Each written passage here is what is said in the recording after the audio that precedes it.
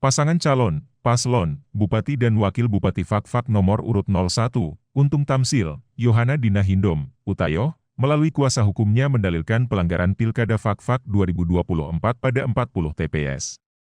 Itu diungkapkan kuasa hukum pemohon, M. Iqbal Sumarlan Putra saat memberi keterangan dalam sidang perselisihan hasil pemilihan umum Bupati, PHPU BUP, perkara nomor 188 PHPU, BUPSISI, 2025 di hadapan Majelis Hakim Panel 2.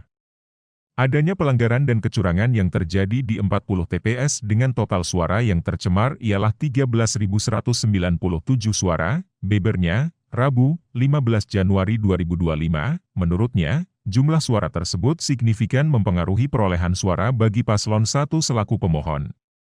Yang jelas ini mempengaruhi perolehan suara pemohon secara signifikan dan berpotensi menjadi perolehan suara pemohon apabila tidak terjadi pelanggaran, tuturnya. Dikatakannya, pelanggaran dimaksud berupa tidak dilakukannya verifikasi terhadap pemilih oleh kelompok penyelenggara pemungutan suara, KPPS, pada 16 TPS. KPPS tidak menjaga dan mengamankan keutuhan kotak suara sesuai prosedur sehingga kotak suara menjadi diragukan keabsahannya di 16 TPS, ucapnya. Belum lagi ditambahkan pihaknya, adanya pelanggaran pemilih tidak berhak berupa pemilih yang mencoblos lebih dari satu surat suara atau pemilih yang diwakili pemilih lain atau pemilih dengan domisili di luar Kabupaten Fakfak pada 2 TPS.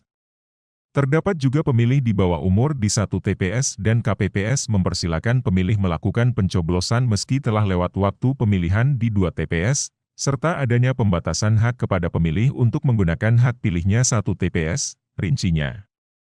Selain itu, salah satu kuasa hukum pemohon, Junaidi Rano Wiradinata menambahkan adanya pelanggaran pemilihan secara terstruktur, sistematis, dan masif, TSM, yang dilakukan paslon nomor urut 2 Samaun Dahlan Donatus Nimbit Kendik.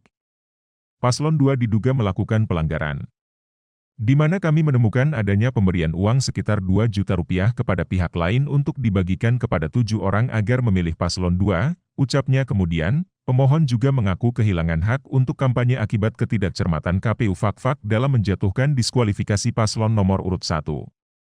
Meskipun dikatakannya, pemohon akhirnya ditetapkan kembali sebagai peserta pemilihan Bupati, Pilbub, Fakfak oleh KPU Provinsi Papua Barat. Dalam hal ini, pemohon mengaku dirugikan akibat diskualifikasi tersebut berupa waktunya berkurang dalam melakukan kampanye, katanya. Terima kasih sudah nonton, jangan lupa like, subscribe, dan share ya!